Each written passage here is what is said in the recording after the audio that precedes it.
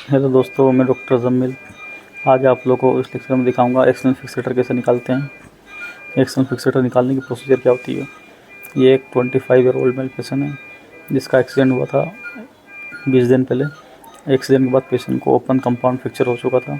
Open compound fracture में होता है क्या है कि जब किसी मरीज़ की हड्डी फ्रैक्चर होती है तो टूटकर स्किन से बाहर आ जाती है। इसकी फीमर बोन फ्रैक्चर थी जो कि टूटकर थाई से बाहर आ चुकी थी, जिस कारण इस पेशेंट को हमने एक्सटर्नल फिक्सेटर अप्लाई किया था।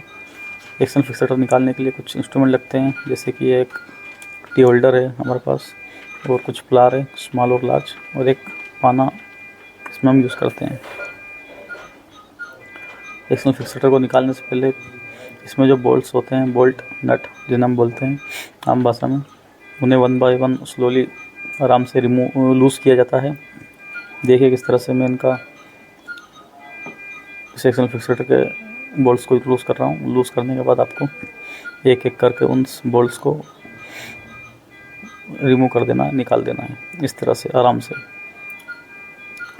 तो मैं आप लोगों को बताता हूँ एक्सटर्नल फिक्सेटर को डिटेल में क्यों लगाते हैं और किन मरीजों में लगाया जाता है। जब भी किसी मरीज़ की कोई भी बोन, किसी भी वहीं हाथ की या पैर की हड्डी टूटती है, हड्डी टूट कर फ्रैक्चर होकर वो हड्डी अगर स्किन से बाहर आ जाती है तो उसे हम बोलते हैं कंपाउंड फ्रैक्चर। अगर हड्डी का एक टुकड़ा हुआ है तो, अगर हड्डी के मल्टीपल फ्रेगमेंट्स से मल्टीपल टुकड़े हैं तो उसे हम ओपन कम्युनिकेटेड फ्रैक्चर बोलते हैं। तो ये मरीज़ का ओपन कंपाउंड फ्रैक्चर था। जब भी किसी मरीज़ का ऐसा फ्रैक्चर होता है तो उस मरीज़ को एक्सटर्नल फिक्सेटर लगाया जाता है, जो कि कुछ इस तरह का दिखाई देता है। अभी हम इस मरीज़ का एक्सटर्नल फिक्सेटर निकाल रहे हैं। देखिए मरीज़ का एक्सटर्नल फिक्सेटर मैं निकाल रहा हूँ। एक्सटर्नल फिक्सेटर निकालने के सबसे पहले हम जो बोल्ट्स होते हैं उन्हें लूज़ करते हैं 1 बाय 1। जैसे कि मैंने इस मरीज़ के बोल्ट्स को निकाल दिए एक एक करके। उसके बाद टी होल्डर की हेल्प से इसके जो पिन होते हैं, इन पिनों को हम एक एक करके निकालते हैं। पिन निकालने से पहले पिन में हम टी होल्डर को फिक्स करते हैं, और टी होल्डर को उसे हम करने के बाद उसे हम एंटी क्लॉकवाइज घुमाते हैं, उल्टे साइड घुमाते हैं। जैसे कि आप लोगों ने कभी देखा होगा कि जो हम नट बोल्ट कसते हैं तो उसे जिस तरह घुमाते हैं, जिस डायरेक्शन में उसे घुमाते हैं उसे क्लॉकवाइज पोजीशन बोलते हैं। और ये जब उसे हम निकालते हैं तो उसे एंटी क्लॉकवाइज बोलते हैं, उल्टा जब घुमा के निकालते हैं। तो इस तरह से आपको उसको एंटी क्लॉकवाइज घुमा के स्लो निकालना है। लेकिन उससे पहले जब भी हम इस मरीज़ का पिन्स को निकालते हैं, एक्सटर्नल फिक्सेटर को निकालते हैं, तो टी होल्डर की हेल्प से जो पिन्स होते हैं उनको उसमें फिक्स कर लिया जाता है ताकि वो लूज़ ना हो, हिले ना, आसानी से निकल जाए। देखिए इस तरह से जो रोड्स है उन्हें हम एक एक करके निकालते हैं, और जहाँ पे रोड लगी है वहाँ पे रखते हैं पेशेंट को, वहाँ के वहाँ पे पेशेंट, उस जगह से पेशेंट की बोन बाहर आ गई थी, जिसके कारण हमें इस पेशेंट को एक्सटर्नल फिक्सेटर लगवाना पड़ा। ये जो सर्जरी होती है ऑर्थोपेडिक सर्जन करते हैं, और इसे मैं निकाल रहा हूँ।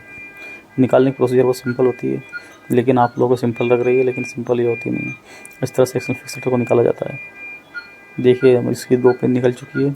अभी हम 3rd पिन को निकालेंगे। 3rd पिन निकालने से पहले जो रोड है ऊपर आपको दिख रही है मोटी वाली, इसमें नीचे की साइड पे बोल्ट्स लगे होते हैं। पहले उन बोल्ट्स को, उन डिबरियों को 1 बाय 1 निकाला जाता है।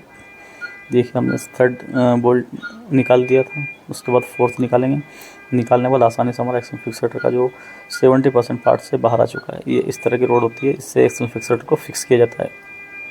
एक्सटर्नल फिक्सेटर लगाने का मकसद यही होता है, इसका काम ये होता है कि जो बोन है वो एक जगह रहे, बोन का मोबिलाइज ना हो बोन, और जो हमारा फ्रैक्चर है वो स्टेबलाइज रहे। फ्रैक्चर को स्टेबलाइज करने के लिए हम लगाते हैं। वो जो पेशेंट का वुंड होता है, जो घाव होता है, वो घाव को भरने के लिए, जब तक मरीज़ का घाव नहीं बढ़ता तब तक इस एक्सटर्नल फिक्सेटर को लगा के रखा जाता है। लेकिन अभी आप लोग सोच रहे हो कि पेशेंट के थाई पे तो ऑलरेडी घाव है, तो इसका जो घाव है इसे हम 15 दिन बाद रिपेयर करेंगे। जब पेशेंट को हम 15 दिन बाद बुलाएंगे तब इस पेशेंट का जो फ्रैक्चर है उसमें नेल डाला जाएगा, और जो घाव है थाई के ऊपर, इस पे स्किन ग्राफ्टिंग की जाएगी। इसके अनदर लेग से, पैर से स्किन निकाली जाएगी, चमड़ी को निकाली जाएगी, और जहाँ पे घाव है वहाँ पे लगा दी जाएगी। उसे हम बोलते हैं स्किन ग्राफ्टिंग। तो अभी पेशेंट का एक्सटर्नल फिक्सेटर निकाल के 15 दिन रेस्ट देंगे। उसके बाद इसका skin grafting plus femur nailing किया जाएगा। ये देखिए हमारा एक्सटर्नल फिक्सेटर लगभग निकल चुका है। इसकी लास्ट जो रोड है, पिन है, वो अभी हम निकाल रहे हैं। इस तरह से स्लोली निकाली जाती है। दोस्तों ये लेक्चर अगर आप लोगों को अच्छा लगा हो तो लेक्चर को लाइक जरूर करें, कमेंट सेक्शन में कमेंट कर रहे हैं, और चैनल को सब्सक्राइब करना ना भूलें। अगर आप लोगों को ऐसे नॉलेजेबल वीडियो सपोर्ट चाहिए तो मेरे चैनल को जरूर सब्सक्राइब करें, और फेसबुक पेज जम्मिल खान को फॉलो जरूर करें फेसबुक पर जाकर। देखिए दोस्तों लास्ट जो रोड है हमारी एक्सटर्नल फिक्सेटर की, ये भी लगभग निकल चुकी है, और इस तरह से एक्सटर्नल फिक्सेटर को निकाला जाता है। आप लोगों को लेक्चर अच्छा लगा होगा तो चैनल को जरूर लाइक करें दोस्तों, चैनल को सब्सक्राइब करें। Thank you. ये देखिए हमारा एक्सटर्नल फिक्सेटर निकल चुका है। इस तरह से एक्सटर्नल फिक्सेटर को निकाला जाता है।